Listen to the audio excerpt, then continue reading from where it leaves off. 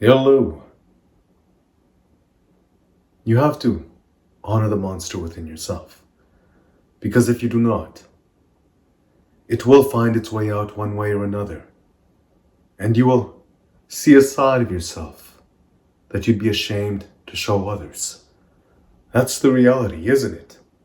Because what you suppress always finds its way out one way or another. And consider this. Just consider the suffering your ancestors went through.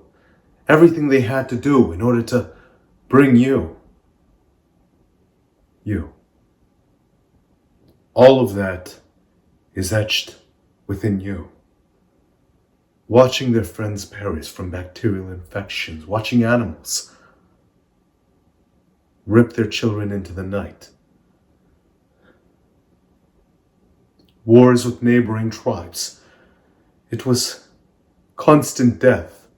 It was constant suffering, yet somehow you came to fruition at the very end. But you did so with a cost. That monster they had to cultivate, the suffering that forged them, all of that etched within them has now been passed on to you. And you have to honor that. You have to find healthy ways to express it, to integrate the shadow, as Carl Jung had said, because if you do not, it will find its way out. Yet, when you feel safe by yourself, you can feel it. All of that built up within you, it naturally just wants to show itself. And what is the answer then? What can we do to mitigate this facet of our human condition? Simulation, like the warrior forging his edge, finding some way to train, finding some way to exert yourself, and feeling that energy come out as you do. You have to find a place to express what you feel. When you're with your friends, watching the game, some people think it's trivial, some people think it's silly, but you're simulating battle, you're simulating cheering on your team, your allies. When you shout into the night for your favorite player, you're simulating a feeling you had with your tribe, perhaps when they were waging war with neighboring tribes. You no longer have to do that, but in expressing that energy, the desire to do so gets mitigated all the same. That's it. That is it. Simulation, feeling ways to express that energy. And in doing so, you come to gain a greater reverence for yourself, a greater reverence for what you are capable of. Not only do you expend the energy, but you develop a self-respect, which in turn allows you to respect others all the same, because that is within them all the same.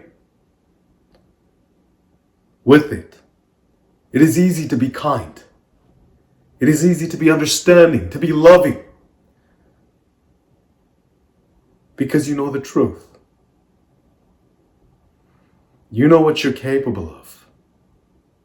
And so you know that same shadow etched from eons of suffering,